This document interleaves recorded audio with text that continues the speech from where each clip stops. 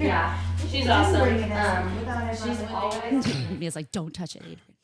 Fuck everything up. Hey, so I'm Jody, Jody, all caps. It stands for John of the Year. It's an acronym that I made at work one time, knowing like, hey, I know all of us are named Johns. It's a very unique name, but I'm clearly better than all of you here. So I gave myself the acronym Jody, and I do say all caps when I say it because that's how I spell it. It's a name I gave myself. My mom tries to call me that. I'm like, Mom, don't just call me the regular name. Like, it doesn't apply to you.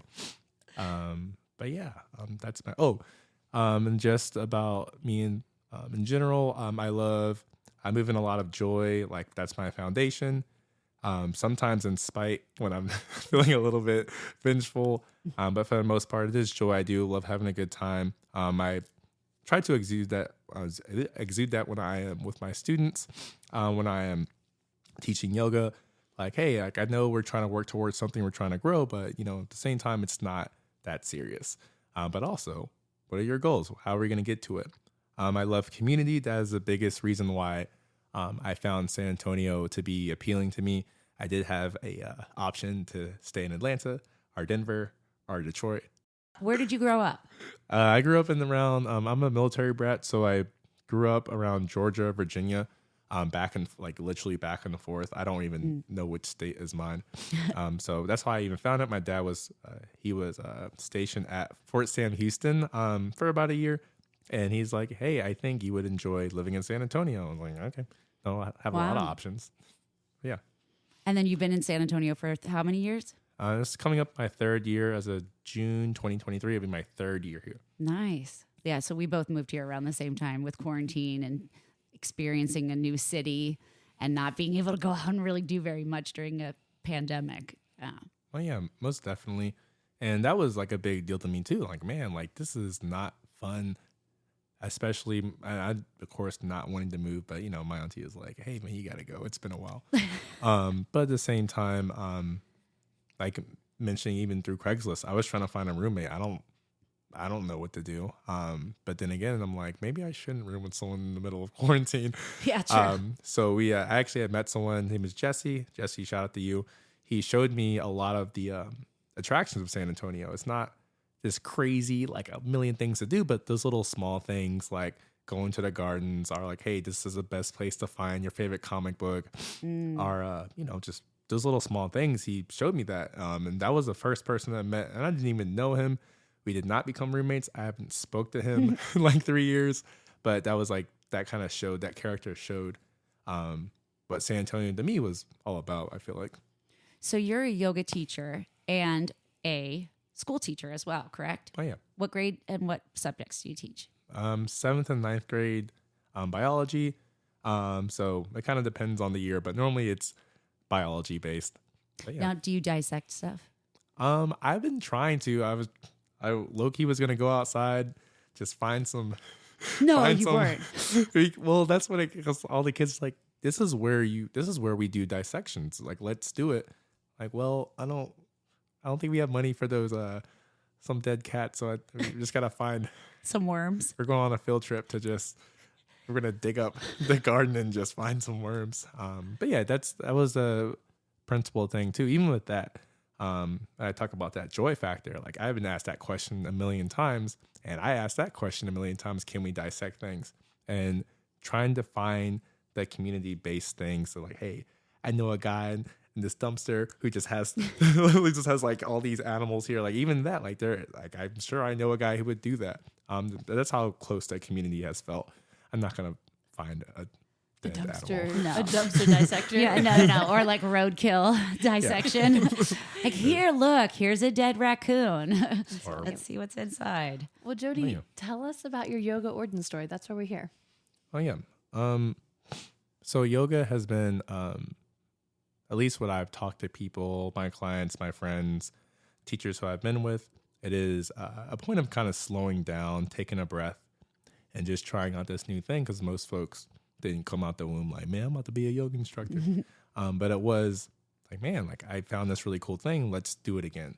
Like, rarely ever do I have someone like, yeah, I stopped doing yoga. I did not like it. It was like, man, life caught up. I didn't slow down and then pop up. I'm here. Let's do it. And I found yoga around that time too. I was 17, senior year of high school. And, I'm playing basketball. I love playing video games. I love like exercising. But I needed to slow down. Like I was being very, very conscious of myself, my body, my mind. Like I didn't feel good. Very angsty, like a regular teenager, but extra. Well, you are John of the Year, so yeah. Yeah. Oh, that's back when I was just John. It was like, boo. That's when we'll enter that track. Yeah. Ooh. Yeah, exactly. Yeah. But that was really important too. Like there was always like a title or name or something like that. I remember like, that was John. John was just, I didn't ask for anything. My full name's Jonathan, but no one calls me Jonathan besides my mom when she's about to. Yeah, exactly. When you're getting your butt kicked. Hey, Jonathan Niles Whiting, come down here. I'm like, I did nothing wrong my entire life. But no, in that space, I actually bought my mom a DVD. It was a $5 DVD for Christmas. It was like gentle, like Hatha. No Just way. exist. I'm like, Mom, here you go. She was like, if you don't get that out my face, like, where's my Starbucks gift card? I'm like, at least you can like open it. I was like, I've been trying to like get her to open it. I think low-key was excited to try it with her. But she never actually got it. Well, she does a little bit here and there. But yeah, that DVD showed all like the foundational. We just sat down, we reached, we stretched. I don't remember the poses, but they were very gentle, very calming. And I did it maybe twice a week for a while. And that's all I did. And that was just what I needed of all the basketball, all the Grand Theft Auto, Halo, Red Dead Redemption video games. I can go on a list. Huge gamer, but it was very important to just, especially being in that space of high school. I can't imagine anyone just having everything together during high school. No, I've never met a high schooler with all their shit together. Well, actually, only one. Shout out to one of these students. Name is Kamal. He's great, amazing. Like, Has it together. Really? yeah, he actually went to my yoga class yesterday. No way. But yeah, just very sweet. But yeah, That's awesome. that's the only one though. And you mentioned that you notice people don't leave yoga because they don't enjoy it or because it's, not fitting their life, but rather because they aren't managing to slow down. Was there ever a moment where you left yoga and then you came back to it? Yeah. That's a really good question because ironic, it was when I was in Denver, where I actually got my YTT. It was like, man, I want to start teaching. I want to start doing this, and that. I was so excited. But at the same time, my studio just was not super duper kind. I wasn't able to find that space, and I really needed that support. I didn't just get a YTT to start teaching. I wanted to feel welcome, and I didn't. For a while, I didn't feel welcome. I didn't feel welcome in high school, in college, and I thought that was it. And it didn't work out that way. I have a question for you about that, though, because you were talking about like kind of going out there and doing your YTT in Denver, but you were a military brat, so you moved all the time. So from 17 on, obviously you might have spent a few more years with your family, college, all that stuff. How would you go and find a studio when you were moving to a different place? Yeah, because that was a big thing too. Like I even left. I even had left the state from where my parents. Because I moved back and forth. I was able to like go to Georgia. I was in Virginia at the time. I went to Georgia for college. Even during the months when I had off, that break, I would do internships. So I was never in one space. Yeah, I no idea why. So when I was during that time, like for about a year or two, I just went to our community classes at the gym, that the rec center, I guess, for school. And I found Zan. Zan is the first yoga instructor I feel like I've ever had, like this super country, bubbly, one of the grad assistants. And I would ask all the questions. I had zero idea what I was doing. And that was it. So that was it for a few years in college. And then post-college, I'm like, well, okay. Well, I guess I'll just stretch by myself. But it wasn't stretch. Like it was still stretching to me. I didn't know what that meant. I didn't know what yoga meant. I just knew I was like a lot calmer, but I didn't understand the mental, emotional, spiritual aspects at all. Yeah. A lot of people just call yoga stretching. Yeah. And that's not what it is. But you bring up a really good point about the calmness that you get when you're stretching. Why? Because you're slowing down. Yeah. And that was a big point too. Because like, you know, after I had Zan, and it was like just a good way to like, that's a good exercise. I noticed I was becoming a little bit unraveled when I wasn't going to yoga. It's like, well, I wonder what's going on. And then I think it's right when I was leaving a yoga studio, the first one in Milledgeville, Georgia, open up. It was a yoga studio. And it was the nicest like space ever. I was there after class, maybe 3 or 4 hours just talking. And that's when I like, oh, cool. There's philosophies around this. And that was really cool.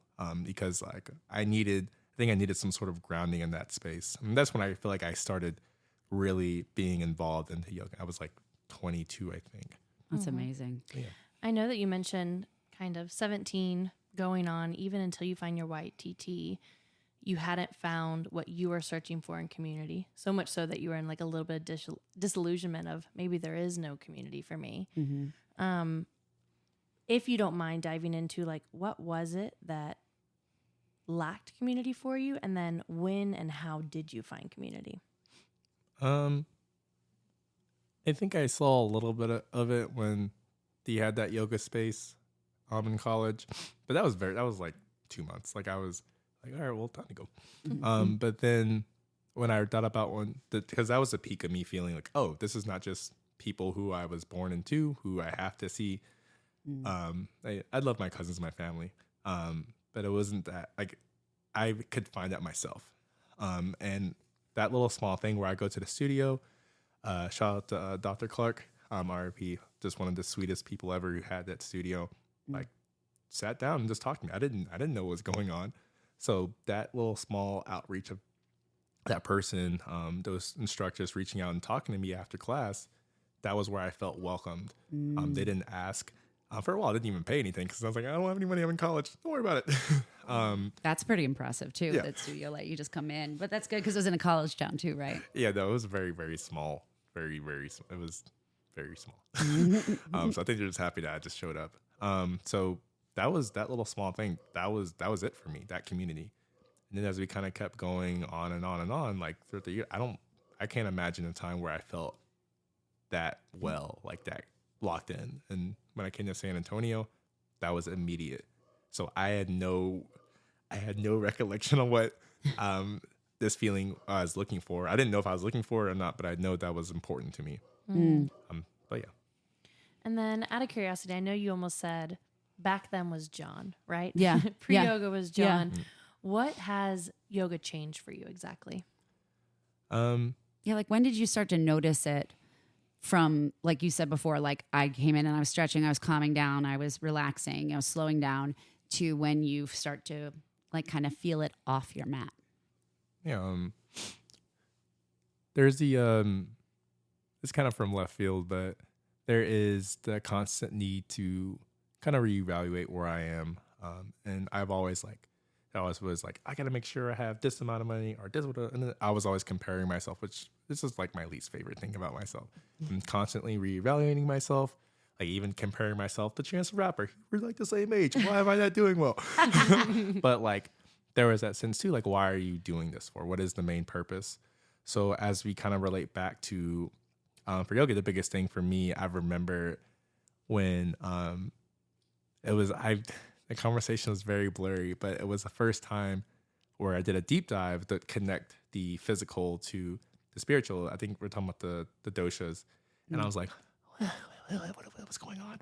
It's like, yeah, you might just be misaligned or unbalanced. I'm like, what are you talking about? Like, I'm like, at that point I was just super duper like athletic, like just prime athletic. What do you mean? Like, I'm really good at yoga. Like I was doing all this. You're crazy, like healthy as a horse. What's going on? And then at the same time, when I'm having that conversation, I think it was with Carissa, one of our YTT teachers, and I think I cried every single day to where I think I had to like make up days. Oh, no But way. she's like, don't worry about it. But it was just, I walk in, I was like, why am I not?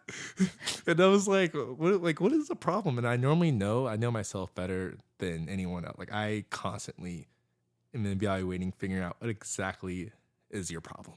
what is your problem? I was like, oh, and when we were having that conversation for the first time ever, I didn't have that community. I didn't even have myself to resynchronize with. There was nothing there. And that I think that's why I kept crying, because like I was so frustrated that I didn't know what to do. And finally, this person during YTT was able to talk to me to reach out. I'm like, hey, you're kind of missing. I think you're getting all these things together. I think you're missing that spiritual aspect. Like, where do you come from, as well as like, where you're going at. And you don't have to compare yourself. You don't have to do any of that. Just slow down, take a few breaths. Yeah. And then hopefully recalibrate. We can get back to it. So that I say that was my spiritual awakening, was for 3 months just constantly crying, where like I had to get a new binder because I was like, why is all this stuff on here? It was just a lot. But yeah. It's pretty, people don't really recognize how hard a yoga teacher training is. It's 200 hours, but it is a very strange emotional roller coaster, right? There's a lot of things that come up that you're like, why am I crying? Because I got up and tried to teach a sun salutation A, right? And I'm bawling, right? I'm not as good as everyone else, or imposter syndrome or whatever. It's just so when you're like going through the yoga teacher training, what was the one thing that you were like, I need to sign up for this? Like, why did you decide to make that switch from practitioner to teacher? That was not a great reason. Oh boy. Like, well, I need to do something. I didn't have a lot of faith that I would be a good teacher. I didn't have a lot of faith that I even had financial ability to even pay for this. I didn't know what that even meant. I was like, I got to do something. I don't know what it was. I didn't know what I was expecting. I remember I wrote something out. But I don't remember exactly what it was. But as soon as I got there, I was like, this is exactly where I'm supposed to be at. And I just wanted to know, I think I just wanted to have a better understanding of like what is going on? Like, why, like, we're in Denver. No one's in Denver. No one told you to come here. Why did you leave the East Coast and just sit here? And I think a lot of that too was unintentional conversations with myself. A lot of our really great teachers, because we did a lot of the stuff I have never done, like chewing a grape for like 10 minutes. Yeah. And I'm like, why am I still crying? Like, this is like, all right, man, this is chill. So those things just kind of added up. I remember for a while, I'm like, man, why did I feel like I did write it down. No, but, oh, wow. I know why. Because, no, I remember it was just 3 or 4. It's like a little essay I had to write. It was very quick. It's like, if I can feel this good doing yoga, and I'm this little black, well, I wasn't little. You're pretty tall. Yeah, like you're like, yeah, I was like, yeah, I'm just a 6'3". But yeah, if I can feel this good and feel this calm doing yoga, and I'm black, why can't other people be black and do yoga? What? Yeah. That was it. That was a very short. They're like, yeah, come on, OITT, and that was it. And that kind of, I guess, segue into why I thought it was important to do Cornbread Yoga, which is my nonprofit. Which is like, as soon as I even said it out loud, I'm like, man, I wrote this. I think I wrote this down on my YTT. You need to get that framed, you know? Yeah, well, if I can find it. Sorry, our dogs are going crazy right now. He's like, man, I love Cornbread, man. You got I know, some out there. I was exactly. like, hold up. I'll get y'all played in a second. All right, so I want to know a couple more things about your yoga teacher training, and then I want you to really dive into the Cornbread Yoga. Were there any men in your teacher training? Was there any other person of color in your teacher training? She was there for about a week, and then she had left. Oh, did you ever talk to her afterwards to know why? Yeah, she was actually always at the studio. And I'm like, what's going on? Like, no, I don't want to talk about it. I'm like, all right. And that was the person. I think that's where I felt really comfortable, is when I saw like, oh snap, oh my gosh, it's like it was just a person of color, and I was just like super duper. I'm like, I was that first 2 weeks, I was just so, I'm pretty intense at times, especially if I'm working on something like that. And they were like, nope, I'm not going to be able to do it. Yeah. Well. So you were, and so being that you were the only man doing yoga teacher training, and you're a strong black man, can you give me, as a white woman from New Jersey, a blonde Polish cheerleader, like the epitome of just white privilege, right? That what people say. If you looked at me, that's what you would think. I want to know more about your experiences with yoga in your community. Well, Andrew, just when I met you, I'm like, oh, white privilege. That wasn't the first thought that came to mind. I was But like, it was oh, the second thought. it's Adrian. Hello, I'm Jody. I know you don't think about me that way, but I'm Yeah. speaking to like the broader audience Just of so like, that they know. yeah, just because it's like I am not that person, but just like I'm judged, you're judged, you know, it's like that's just the way it is. But I don't know why yoga isn't very large in non-white communities or, you know, outside of like In the U.S., East. why it's yeah, dominated by white culture. yeah. Because I love hip hop, like not just the newer age, but I love the old school. Oh yeah. And I would be listening. Like I know my favorite band or group, De La Soul, just came out with their album. I know, I love it so much. I'm so excited. Yeah, so I was just like, I even like switched out before I even started class. I gotta switch over to, I gotta add this song to it. So like I was listening to De La Soul. I'm like, even they were like, man, my community is ruined. Yoga is now here. I might as well just leave. Now it's just this whitewashed, mayonnaise, gentrified area. There's nothing here for me. Time to move somewhere else. And that was it in Denver a lot. Quickly, it was rapidly changing. Yeah. I lived in Colorado for a while. I lived in right outside of Denver. So yeah, I know that feeling. So it was even those like something like that where I was driving in my neighborhood and like, yeah, we got a coffee shop over here. I got to go to this yoga studio. Like, she's like, where's my school? What do you school? No, there's a school. It was right here. She's like emotional. Like, where's my school at? It was gone. It was that quick. I was like, wow. but you graduated like 3 years ago, and I'm like, where? That was quick. So like even with that, like it was like as soon as you see a mural, a yoga studio, a coffee shop with a mural, with a yoga studio attached to it, that means like it's not for you. Like it's not there. Like you just need to go. Sign of gentrification. Yeah, which is why I'm getting a lot of transitions. Which is why. Because I always was hot water cornbread. That was my gamer tag. I'm playing 17. That was my gamer tag. So why hot water? Yeah, hot. It's spelled like hot water, like a wad of cornbread. Water. Okay. Yeah, like even when I say it out loud, I'm like, I was like, why did everyone keep saying my name hot water? Because I didn't think about it. It's just how like my dialect, how my parents talk. Mm-hmm. And then I moved to Denver. I changed my name to gentrified cornbread. It was a really, really dark joke because like I can't consume dairy. I can't consume like eggs like my stomach is done. Mm-hmm. I need to gentrify this cornbread, put some chia seeds in it, maybe some raisins. And it was a really, it was a sad joke in reference to living in Denver. Mm-hmm. Like this Southern, like really gritty, this food that people just had to get together, whatever they had, they made this food. I now need to make sure it fits the culture that I live in now, which was very, very dark humor. I will admit. It was just not a nice joke. But I don't think it wasn't a joke. I'm like, it's not funny at all. But that's how I deal with things. I make a lot of jokes here when I audition for any studio. Like you hear, like that's how I talk to people. That's how I relax and calm down. Because if I don't have yoga, if I don't have that time to breathe, if I can't find that studio, it's really difficult. But at the same time, this studio may not be for this community. It may once in a while pop up. Hey, we're going to do this thing for y'all. Cool. All right, bye. It was nice knowing y'all. Black Lives Matter. And then run out. But what exactly are you doing for the community moving forward? And that's where, of course, Cornbread Yoga popped up. All right, so tell us a little bit about Cornbread Yoga. To be honest, it was, I'm sorry, I don't eat cornbread very often. We had our first event about a month ago. I ate zero cornbread. Well, first and foremost, everyone ate all of it.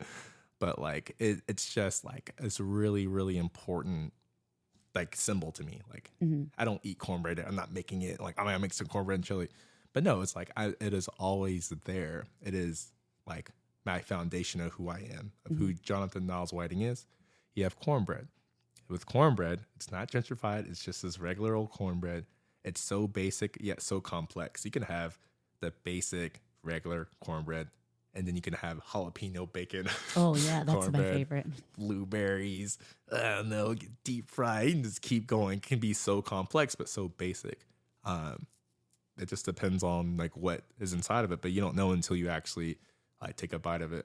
And yoga, that's yoga.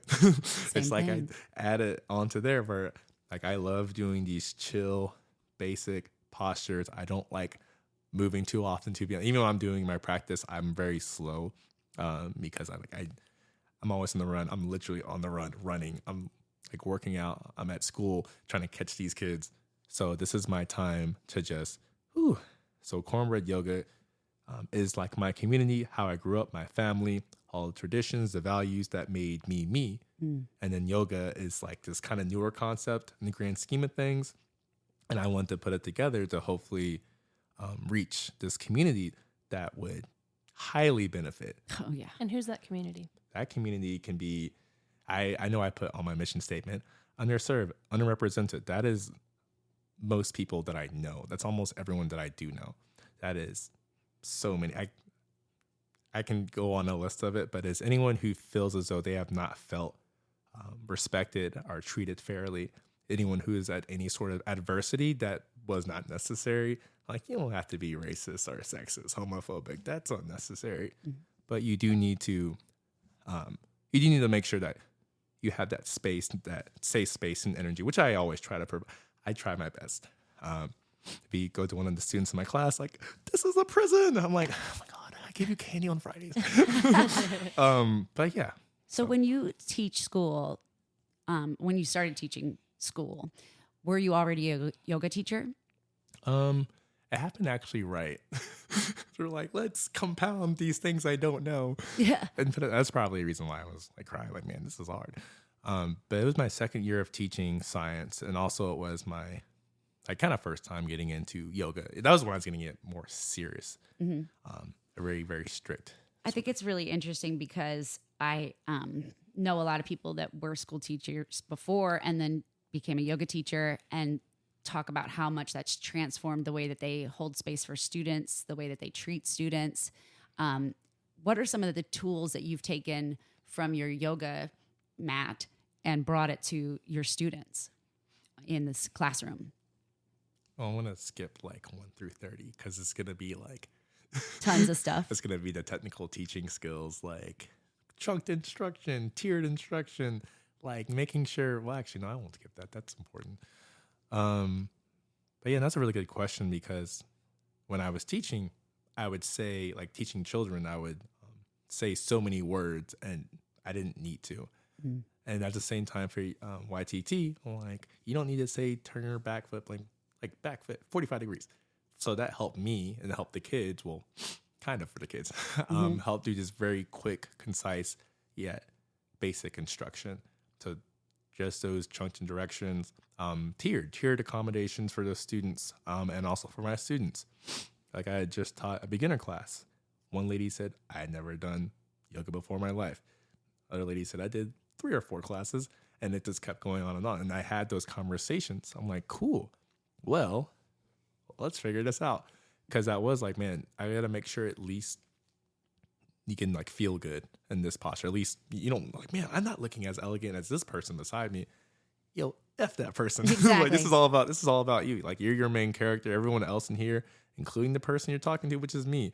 I'm an NPC. This is your world. Whatever you think is correct. If you feel good, if you don't hurt yourself, don't worry about it. And that also transferred over to my students. You have to kind of remind middle school students that you are doing really good right now. It's okay. I know it's difficult. Reminder, that's why I taught 7th grade for so long, because it's awful. You feel terrible all the time. You couldn't pay me $1 million to go back and relive middle school. That was like 3 years of hell. Yeah. And that's the thing too. And I do remind kids, like, here's where I have a picture that my band teacher just has. It's just on his wall. Even when I went back to go sub in college, I came back for like 3 months to Virginia. I'm like, man, that I remember I was like, I'm smiling like, my mouth is open. I remember he just kept saying, man, can you at least pretend like you're happy? Because I was like, so like, I was like, just take the picture. I can go and be miserable. He's like, at least try. And I remember I like was smiling, and I told the kids that I was pretending that I want to have or having this good time. And deep down, like, it was not going well. But also 7th grade is that time. This time right now for me is rough time. 'Cause I'm trying to teach you 7th graders. Yeah. And that's also was where I was YTT. I was doing terrible. Like, I didn't know how to cue. I didn't know how to talk to people. And also, I think I was really upset about the space, mental space I was into.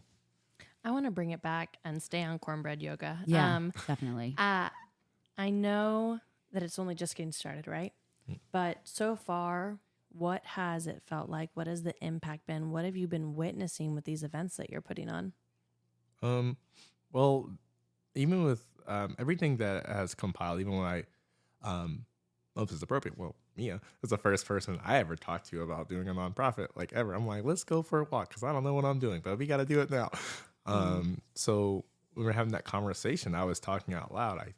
I think I kind of already knew that I need to do this, and that, but I needed someone to tell me to do this in this order. Like, this is how you can do this and present itself. So when it was kind of going forward, it's been about 2 months.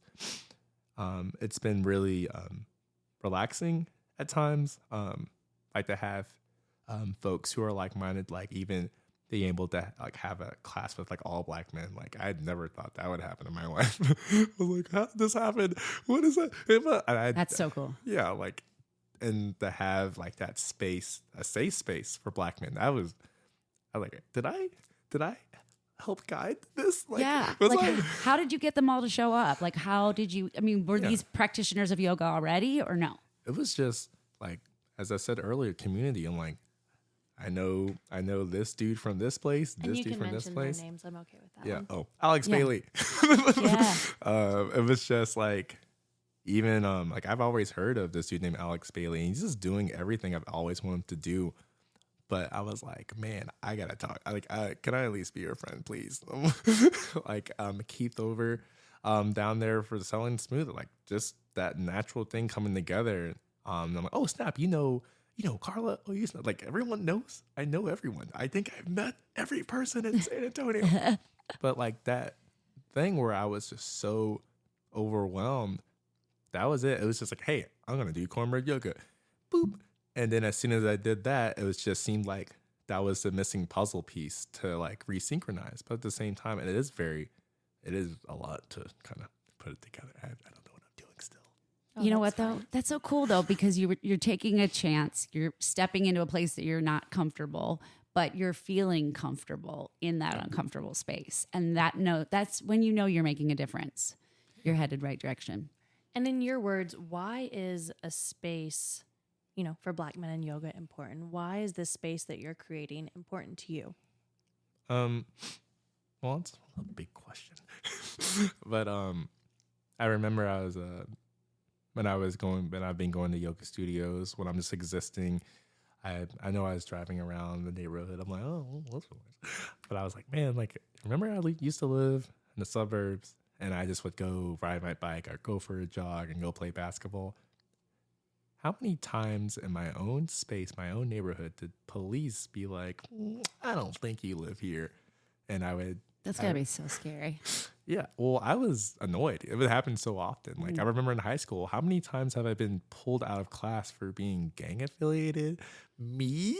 Have you met me? Dude, I'm trying to get home. Like, I would like skip school to do work to get ready for college. Like, my that's gosh. not what are we doing here? Where like I knew the police officers. Like, hey, I don't think you want me to do this to you, man, but I have to go. I've been stopped maybe like 10 times.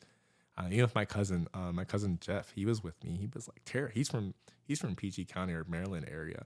He's like, what are we gonna do? And it just happens all the time. But the other areas, like, that was a lot. Like, why was I so calm? Like, oh, this happens a lot. Don't worry about it. We're just two Black people driving. We had I spilled a Dairy Queen, the little blizzard thing. Oh. We were playing around, and I had pulled it upside down. I was driving, and it spilled in my lap. Like I got ice cream in my lap. And as soon as I swerved once, officer popped up. He's like, "What's up?" Like, did I do something? Yeah, I saw you swerve back there once. Like, and I had like even then, like I forgot my cousin. Like he's younger, he didn't know. I didn't know either at the time. I was like, yeah, man, it happens, but no, it shouldn't be. So that was like being in my own neighborhood. We're one of those neighborhoods where you can drive a golf cart around. Like it was like that sort of space. Like, why am I being accused all the time too? And my dad, even when I called him when I was like, Dad, like I'm going up to this area where it's like super duper nice. Like we were talking about where we used to live at. And it was it. I didn't feel safe, but I didn't know what that meant. I didn't know what a safe space was. I don't think I really ever known until I was a full adult. And for the first time ever, I could lay down and relax and just sleep. I don't sleep very well. So you were in predominantly white spaces. Oh yeah. Yeah, I know that's a weird thing. Is like, man, we're trying to push to make sure that we live in a neighborhood where we are safe and calm. It could be white, it could be black, but I know I was always around predominantly, outside of my family, predominantly white people. How interesting is that though, that you were predominantly around white people, but you knew that was like the safe space. It was a safe area of town, right? But then you were never safe because you were the one that was thought that didn't live there. Yeah, no, I know. What was it? I think one time someone had stolen lawn chairs. So I was like, I know someone who did maybe do it, but like that was it. Like I knew what was happening around me, but it's like it doesn't matter if someone did something or not. Like that's not cool to just be like, hey man, this is where you are. I know my dad normally over and over, repeatedly over. It's like, we are not a regular black family. We are very, very lucky to have each other. I was like, this is all I see. Like I've seen, like this is it for me. Like you set this standard up for me. What do you mean? And that was it. Like that was a lot of that safe space that he was trying to give me. Yeah. And he did honestly, my dad, like Captain Wayne Whiting Sr.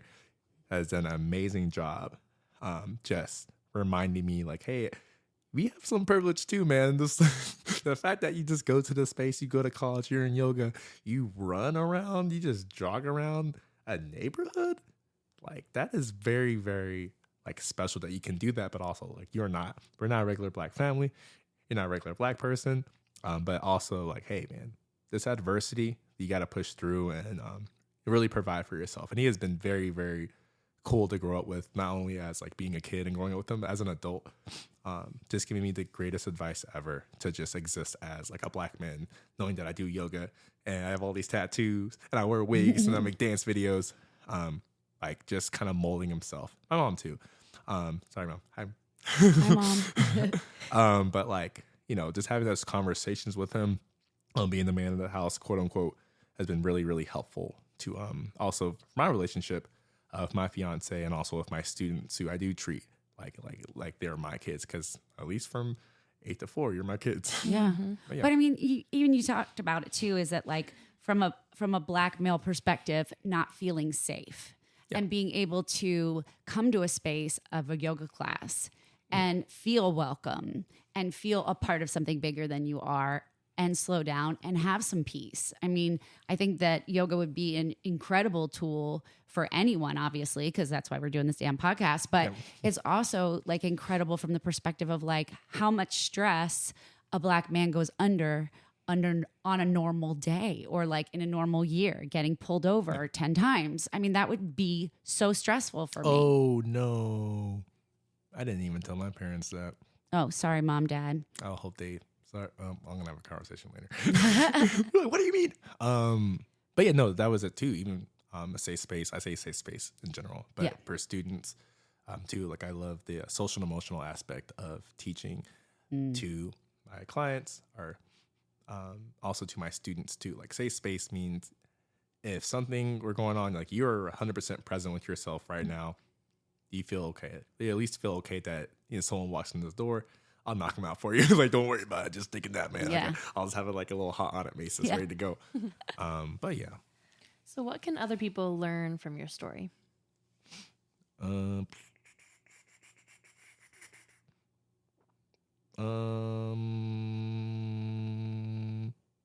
It's okay if you want to try something new, especially for my black fellas. Hey, it's okay to just like go make a smoothie, go take a nap, go listen to your favorite Ari Lennox song, your favorite Jasmine Sullivan. It's okay to take a minute to like, hey, I enjoy this. I know it's really difficult. You don't have to be, what was that quote that rapper did? You can still love your man to be manly, dog. Who said that? Oh, that's a good quote. You could still love your mans and be manly. What song was that? I don't know. I'm gonna figure it out. But that's it. You don't have to front. You don't have to lie. You ain't gotta lie, Craig. It's not very. And it's okay if you just want to literally drink water and relax and go for a mani pedi. Like all those things are to me have been really like, oh, this is nice. Why didn't I do this before? Why didn't anyone tell me I can just go down the street and like someone just like rub my feet and just like yeah, and that's been very nice. Like embracing the softer side of yourself. Yeah, I'm definitely I would say a more quote unquote, I don't know if it's appropriate, but feminine energy. I love whatever that is. Like I want all of that. Let's give me yeah. Rub my feet, paint my nails. Yeah, like we are fine with that because that means because I'm super emotional. Like I'm always like, why didn't you tell me? But at the same time, like that's not. I don't know if that's feminine or masculine. It's just like I feel good when I cry. I feel good when I. That sounds like so. No. My name is Jody Whiting, and I cry too. I do get a little bit more aggressive crying. I'll put on like a Disney short and be like, "All right, let's go ahead and get the tissues out, get the cry out." But that's a good point because most people won't let the cry out, right? They hold on to the emotional piece of it, and that's when you get scars. That's when you hold on to these emotions and feelings that aren't you. Right. Yeah. And so if you can release those, and I think your yoga teacher training taught you that's how you can kind of get over or get out from under what's in your head. Yeah. So I definitely do appreciate that sentiment too, because there is like this is stigma that we're still pushing through. So when we did that class with all black men, like I remember not like oversharing, but like it's like, hey, if you don't have more than 5 minutes to yourself to just lay on your back and breathe. I know a lot of us are working, we're husbands, brothers, all this. If you don't get more than 5 minutes, let this be your 5 minutes to just stay here. It's okay. It's okay to just be here. Any emotion pops up, that is valid. Don't invalidate yourself just being angry, because there's plenty of stuff to be angry about. Yeah. But settle in, move forward. If you need to experience these emotions, I'm here to at least try to listen. I'm not really a counselor or anything, but I am really good at listening when I'm not playing Xbox. It's just it's so interesting though, like the idea that like obviously I'm a white woman. I don't know what it's like to be a black man, but to know like how much stress and kind of misperceptions of like how much they have to work, right? And how much they're doing all the time, but not balancing the ease for themselves. Yeah. Yeah, no. That's a big thing too. And it's okay also. I know that you're like, like, I don't know. Like, I'm not sure. Like, I love that you at least like are aware of that. I know that's been very helpful for me to have. Cause like, I know people like, man, do you hate white people? I'm like, what? I love them. Oh my gosh. Like, they're like super high five. And the only thing I've asked, same thing that I try to do for my folks, like I identify as like this man, but if someone's disrespecting you, I think it's important to be allies to anyone. If you don't look like them or think like them, I think it's really important to be like anti anything, to help support those folks too, because I may not know everything about being in this other space, what I identify as, but if someone's disrespecting you, if you feel bad, then. Yeah, you're disrespecting both of us because we're going. Yeah, we're going at it. We're going to step outside. But there's a lot to that, because I feel like growing up in New Jersey, it was pretty blue collar area, like middle class area. We didn't have a lot of people of color at all. I grew up just knowing people, right? And so sometimes you would think like that makes me more oh, you look different than me. And I was like, but everybody looked different. So I identified with people by who they were and why I connected with them, and where that connection is. Because I do feel like no matter who you are, you can connect with everyone on some level. And maybe that's yoga. How did you get all of your friends to come to your event, all of these men to come to this event? Well, actually, I want to go back to a little bit earlier where it's like I knew this person and that was Yeah. it. Yeah. Because that was it. Like I knew these people. They're my friends. I didn't really think about anything of color or background or orientation. Not that I didn't care. I just didn't know. I'm like a teenager. It's only when I feel like when there was this kind of weird space, like, man, why are you upset? We're just hanging out. Like, why are you getting frustrated? This is what we do. Like, this is who you are. I think the identity piece of like what you identify as and what are your microaggressions like toward you? Like, what is exactly like, who are you to where you need to be able to kind of, I don't know, who are you? Like, if you identify as this, cool. If you identify as that, it's cool. But if someone's letting you know, hey, I am this bloop, bloop, bloop, bloop, and you're like, oh, but you're just Jimmy. Like, nope.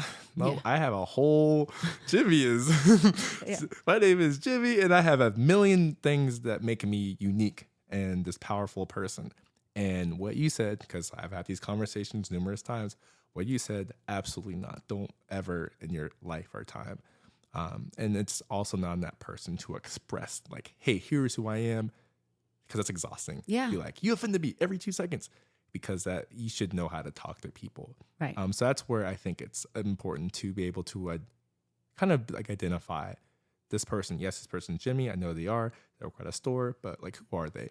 Like when you asked me like who I was, like, cool. Like I can say my occupation. I can say all this, but it is this person who moves in joy. And I do identify as this Black man who wants to open that safe space. But it's a lot of different moving complex pieces. I definitely understand, Jody. Thank you so much. Where can people find you? How can they support your work? I almost got a tattoo. I have a lot of tattoos. I almost got a tattoo, like on like my neck. So you can like QRC code. Like, man, that's crazy. Hopefully the QR code didn't expire. But yeah. So I don't have a life. So I'm constantly on social media. But if you go on Instagram, gentrified cornbread / cornbread yoga, it will connect. You'll find it. If you type in cornbread, it's going to say one of those names. Oh, please follow him on TikTok. His TikToks are unbelievably awesome. I like really respect you a lot and admire the fact that you get up and dance like that and have fun and show that silly fun side of yourself. I don't feel comfortable doing that yet on the socials. I try as best as I can, but you're very inspiring. They're not that great. Oh, I'm going to need you'll be my coach. My 20 likes on, no, but the thing too, it's like, that's a part of, like being in the space. Like I love dancing, but I dance when I'm very, very either really happy or very, very stressed. There's a middle ground where I'm like, please don't leave. Yeah. Hey, let's do this thing. I'm like, I'm not feeling either one of these emotions, so I will decline and just dance in my apartment by myself. I liked that you defined yourself, like identified as I move through joy, right? That to me is beautiful. Because normally, right? But like I want to mess this dude up because I love myself, but I don't think we're being very joyful with ourselves. Thank you so much, Jody. Yeah, most definitely. Thank you for having me as well. Of course. Hey everyone, we just recorded our whole thoughts and feelings on Jody's episode, and now we're going to do it again. Holy shit. I am not to be trusted with anything electronical. There is a button on the screen that's like green means stop or not recording, and then red means you're recording. And we just spent a whole shit ton of time talking in great detail and really great about what we wanted to say. So hopefully we'll do it again. We'll do it again. Oh my gosh. Jody's the best. I mean, just the fact that this bright light comes in and he is just filled with energy. He's a middle school science science teacher, and he works with kids, and then he teaches yoga, and he is just a boundless ball of energy. But it was so neat to hear his story and listen about that. Like, he was a military brat, right? Like, he moved around a lot. I thought it was really cool that at 17, he found yoga. So much like many of our guests so far, they found yoga high school or college. Very early in life, right? Yeah, I love talking to Jody. Every time we do, I feel like we both have like 5 or 10 ideas spark off in our mind. We bounce off each other a lot of our dreams, our hopes, our aspirations. He's just a great, great energy and a great, great resource to the community. And specifically, I think what he is doing now by creating community is huge. Oh, it's He's creating priceless. a community in a space that has not existed. And specifically, he mentioned how often he was searching for community, so much so that he didn't realize he was searching for it. Because it was always missing for him. And he was starting to find it, right? He could feel those twinges of community, those moments of respect, that moment of being heard and seen, but it was never all encompassing. No, I mean, because unfortunately we live in the US where the majority of yoga is consistent of white people, mostly white, skinny women, mostly women that have funds available to spend $150 a month on a yoga membership And are able-bodied. And it's a sad state of affairs, because I love, like, when I just finished a round of teacher training and I had 7 different bodies. I had 7 different humans that never would have run into each other outside of a yoga studio and been that close to each other and grow as like a family, friend that becomes your family. And like with Jody, he moved around so much, and he said like everywhere he went, he was looking for community. But one thing that he did say that I thought was so impactful was at 17, when he, first found yoga, that he recognized his need or his aching to slow down. And that was really eye-opening for me, especially coming from a Black man. He's like, we're not taught to slow down or to take a moment and breathe and, settle our nervous system. And that just breaks my heart. And I know for you, it's a sad state of affairs, what you said, but for me, it's exciting, right? We're on the cusp. We're on this space. I like that little flip of the switch there. All right, I'm with you. I'm tracking with you. At least for me, as someone who that is my vision, is like a yoga space for Black and brown people. Yeah, absolutely. It's like there's limitless potential and possibility because it doesn't exist. I think Jody is the first here in San Antonio who is dedicating time and space to it. And so I think, there's limitless potential. Right now, we are barely tipping our toe into the yoga world, right? We are only reaching so many people, and it is going to impact so many when we diversify this space, and so many when we make the space accessible, and so many when we start having the representation that is necessary to feel at home. Well, if you look at outside your window, and especially if you're in San Antonio, we are in a melting pot. There's so many different types of people, so many different backgrounds, so many diversities.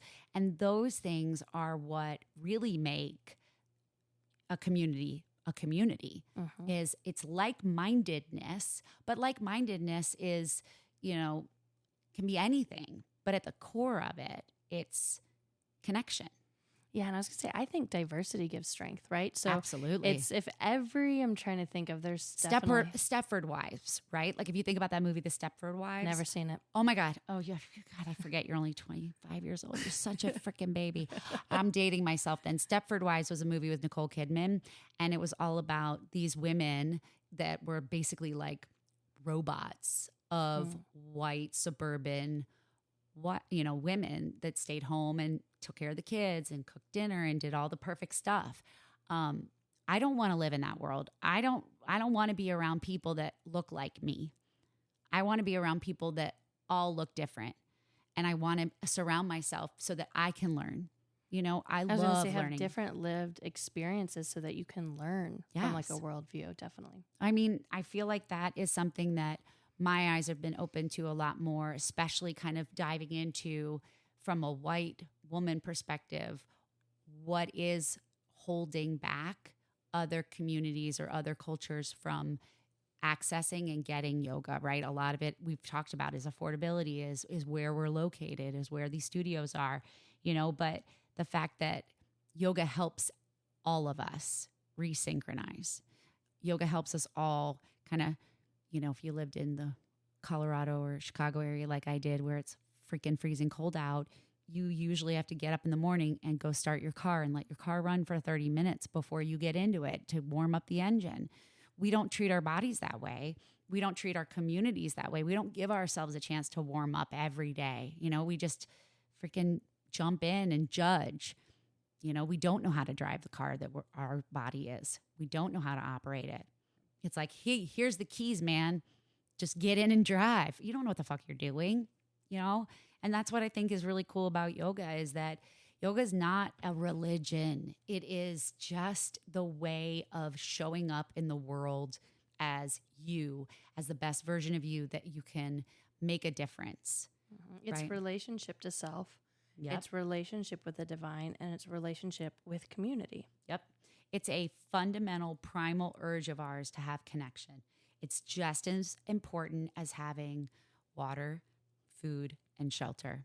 Mm-hmm. I know. I've don't know if you've ever heard of the Maslow hierarchy of needs. Oh, I love that. Yeah. It's talked a lot about education, that if we don't meet these needs of, food, shelter, water, that we can't create community and we can't create this environment for compassion. But there's actually another model, and it's slipping my mind. My sister will be bummed in me, where it's flipped. Where if you do not actually create community, you can't access the student. And I'll find it and I'll put it in the show notes. Yeah. But this idea of that community and belonging has to come first for you to reach that student. And my sister's a middle school counselor, and so that's how I learned these things. But I just know that so often we think like, oh, we have to meet our primal needs. But really, in order to reach an individual, they have to feel a part of the community. They have to feel connected. It's actually called the inverted Maslow. There you go. I was going to say, I guess it wasn't that fancy. I thought it had a fancy name, but inverted Maslow. There you go. And like, I think that's what it looks like, at least. There's a bunch of different upside down pyramids. I just Googled up upside down Maslow. There you Isn't go. that funny? But it is. It's like this need for connection with others. And you can't be hungry and feel like you got to get connection built, right? Like those needs are so ingrained in you. You guys know, if you're hungry, if you're thirsty, there's nothing else you're thinking about. There's nothing else you're thinking about. And it's the same thing with connection with people. Even like going back to COVID times, right? And being a yoga teacher, going from a world where we were allowed to assist and adjust students in class, ask for consent for hands-on assists, and then COVID hits us. And I remember thinking like, God, like this is going to take away such a big part of like the community building, is being able to offer assists and adjustments on their mats. And it took me a long time. I had to like walk around, pin my arms under my, cross my arms across my chest so I wouldn't touch anybody because I was so used to it. And they say that like monkeys spend 80% of their day grooming another monkey. Like, how beautiful is that? I know it's true, but like that touch, that connection, that human need and desire is always there. And the more we try to stuff down with judging other people or finding differences and not finding samenesses and, looking at the world through these glasses of superiority, we're fucked. We're fucked. But let's get into this from this perspective of Patanjali's Yoga Sutras, because this is kind of cool stuff. So in Patanjali's Yoga Sutras, basically the guidebook for how not to be an asshole in life, it's just very basic threads of information that they're yoga parables. There's just in case you don't know what it is. I know. I was like, do not search how to not be an asshole in life. Exactly. Patanjali won't come up that way probably. Yeah, these are like yoga parables, ethical guidelines, and they're often studied in yoga teacher trainings and in different like yoga spaces. Yeah. And part of religions in India as well. So in the Sutra 1.33, Patanjali tells us kind of the basic guidelines that help us deal with 4 types of relationships. So you can think about these 4 as like locks, right? Or 4 lobes of your brain or 4 chambers of your heart. So by cultivating attitudes of friendliness toward the happy, compassion for the unhappy, delight in the virtuous, and equanimity toward the non-virtuous, the mind stuff retains its undisturbed calmness. I love that. And that is from inside the Yoga Sutras rather. And that is a beautiful way of putting it. So you think about these 4 different things. You've got friendliness, you've got compassion, you've got virtue and non-virtue. Right. And that's Sutra 1.33. If you want to look it up, read it yourself. And that first lock and key that Adrian mentioned is friendliness towards the happy. Friendliness or friendship towards the fortunate. And I think that can seem really baseline easy. Like, yeah, I'm happy for when other people But are happy. are you? Yeah, But are you? exactly. And so I think that is of the very baseline teaching there is like finding joy for other people's joy, finding happiness for other people's happiness. And I think it is a sneaky, sneaky, sneaky thing where if you and yourself are not maybe lucky at the time, happy at the time, experience good fortune at the time, it can be hard to extend that happiness for others. Yeah. But it has to exist, right?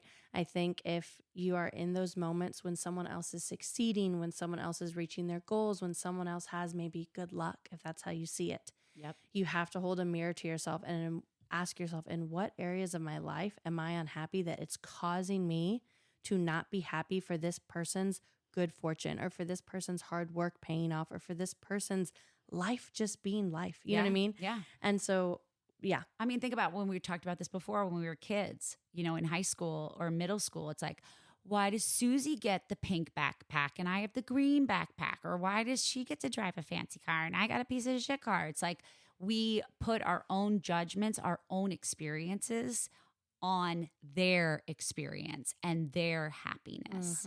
That's like, it's comparison. It's comparison. And like when you're happy for others, you're happy for them regardless of your own circumstance.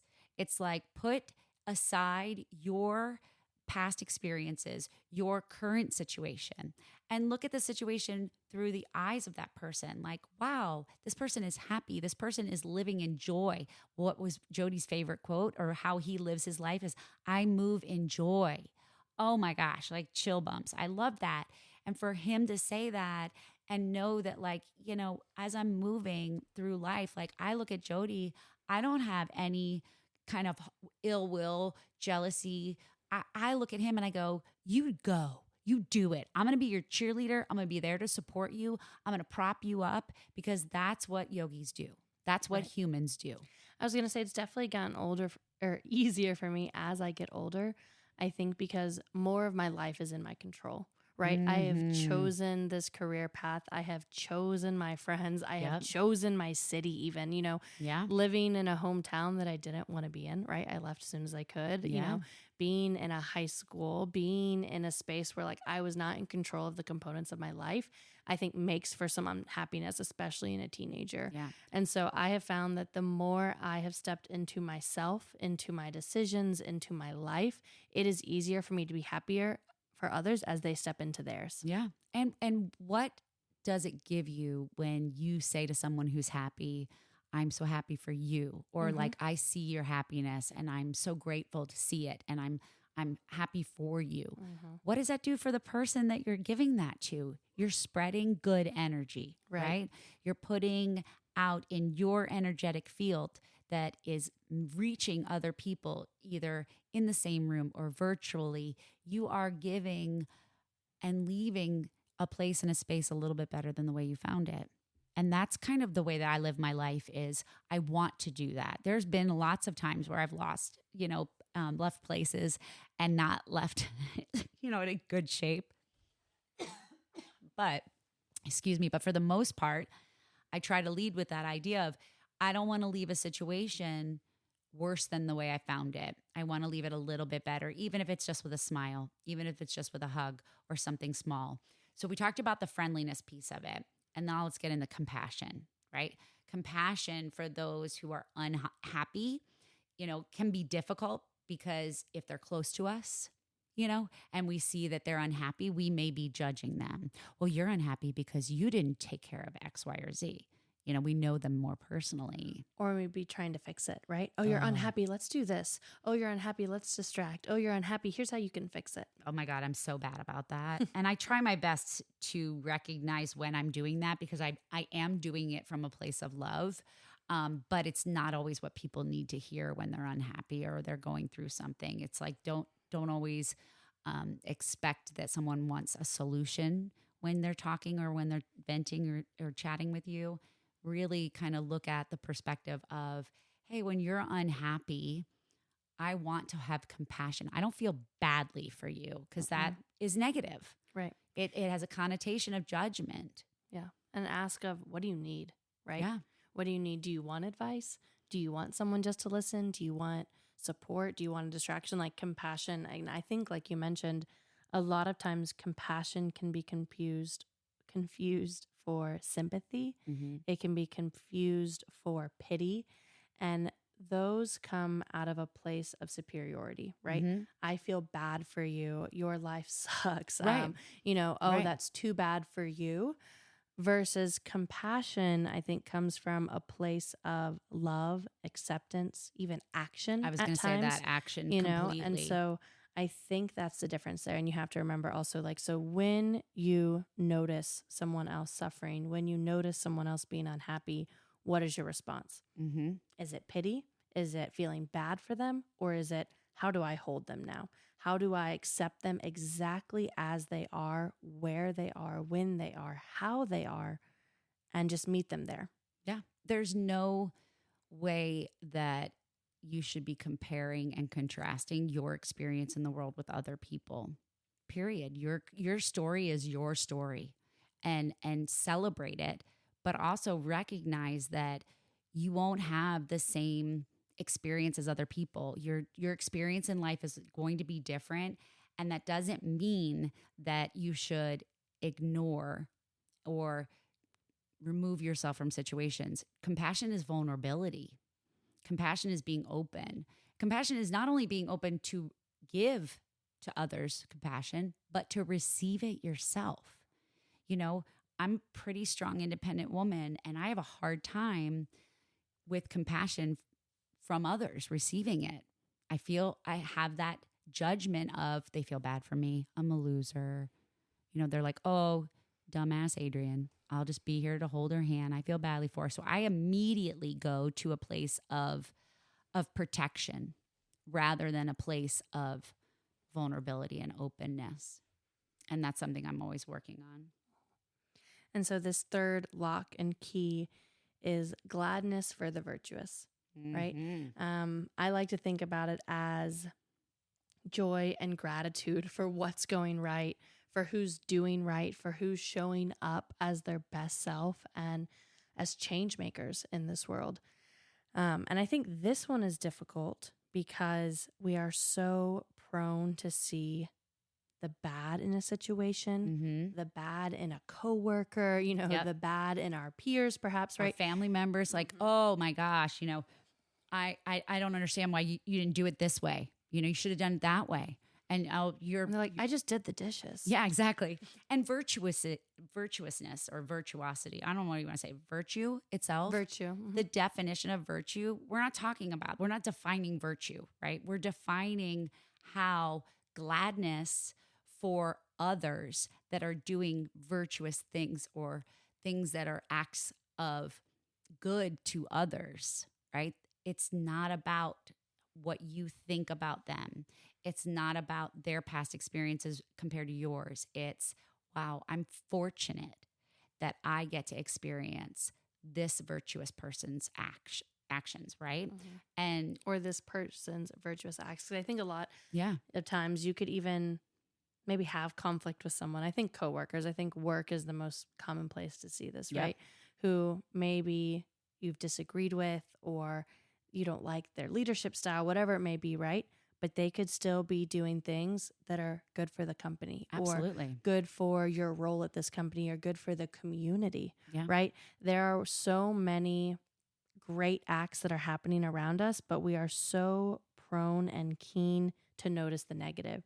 And so I think this part of the sutra is asking us to go at a pace, to slow down enough to have gratitude for what's going right, Yeah. for who's going right, for what they're doing, for how they're showing up in ways that are improving the community. Yeah.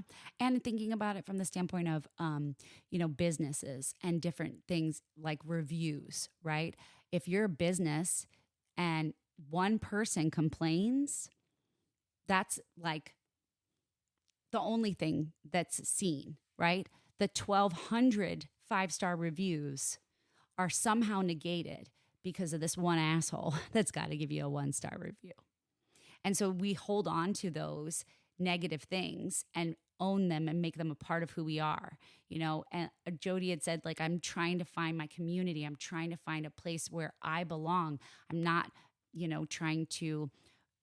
I'm tired of Velcroing myself on the outside or trying to fit a mold of what they think I should look like. A yoga studio, wherever you go, there is a yoga studio for you. Period. You'll find one. And if you don't, you're like Jody and you build your own. You build your own community. The last piece of this kind of lock and key pair is indifference towards the non-virtuous. So let's break down. Indifference is not something that is just to be acted. It is to be felt, right? And it's not about calling out, I'm indifferent. I don't have an opinion. I don't, disapprove. I don't disdain. It's not suggesting that at all. It's just sincere, let go of your attachments to the judgments and let go of our attachment to feeling superior to a non-virtuous person. So if somebody is going through hell and you have this feeling of I'm right or smug or superiority, that's not creating and cultivating equanimity. Mm-hmm. And this can be really sneaky too. I think it kind of shows up in a way that, again, of pity or sympathy. I think at some point when I was reading the yamas and the niyamas, there was a point where it said, if you are worrying about someone else, you're not trusting them. Right? And I think it's very similar here. If you are casting judgment on their actions, you're not trusting them. Yep. And I do want to quickly say, indifference towards non-virtuousness doesn't mean indifference towards injustice. Yes. Right? Right. And I think that's, again, where we almost come in with that idea of compassion, of action. These all are so deeply intertwined. So that's not to say that we don't stand up for when things are wrong or we don't speak out when things are wrong, but you have to separate yourself and acknowledge there are some people you may not reach, right? There are some people who may never agree with you. That doesn't mean you do nothing.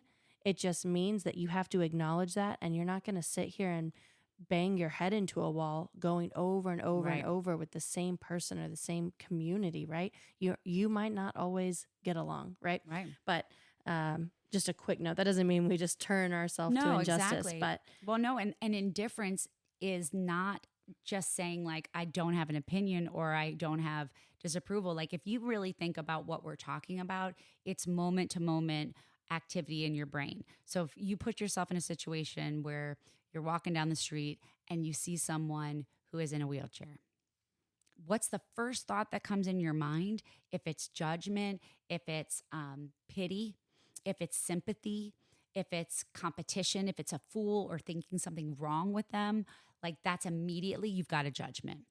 So you're immediately you've diminished the ability to see that person, to connect with that person. So you've built this little wall, right?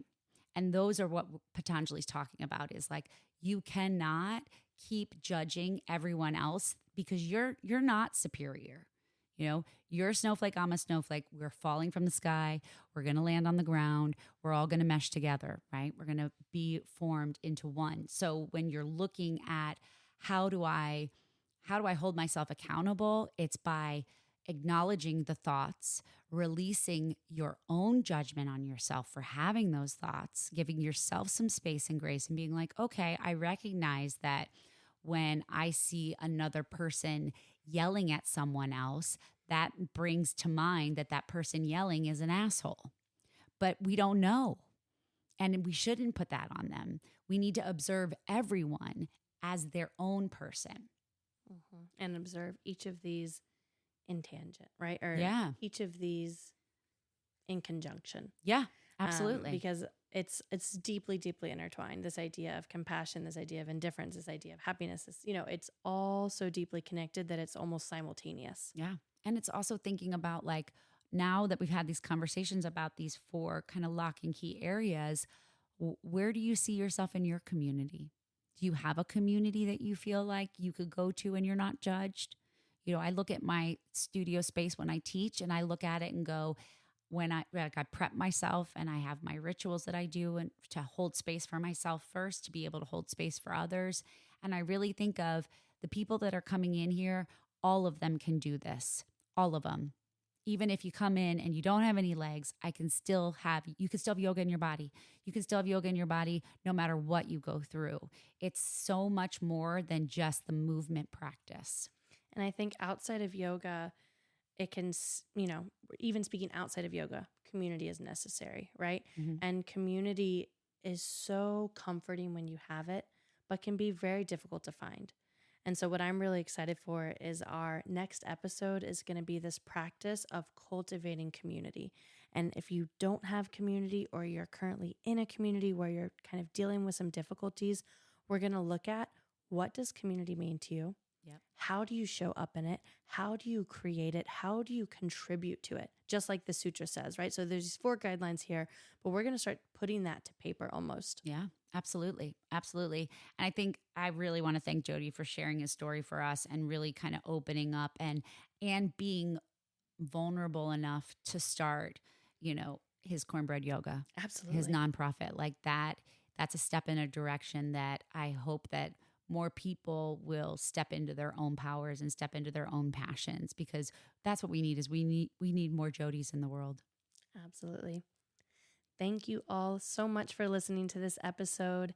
If you enjoyed it, send it to someone else who you think might enjoy it as well. Absolutely. Sharing this podcast helps us a lot. We are a small podcast. It is just Adrian and I who put it together, who record, who don't record. Don't record, exactly. Who edit, who run the social media, who do it all. It's just us two. So it takes a community. Feel free to share it with yours. We would really appreciate it. Follow us on Instagram and TikTok at Yoga Change. And if you would like to share your story with us, just like Jody did, you can send us an email at yogachanged@gmail.com. Also, you can check out our website, howyogachangedmylife.com. There's some posts, some blogs you can connect with wherever you get your podcast fix. Please don't forget to rate, review, and subscribe. We love all the comments that we've been getting from you guys. We are only a handful of episodes into this podcast, and my heart is just bursting with appreciation and gratitude for our listeners so far. So thank you guys so much, and enjoy the rest of your day. We'll see you next time on Monday. Bye, y'all. Shannon's awesome. Yeah. I like this color. In March.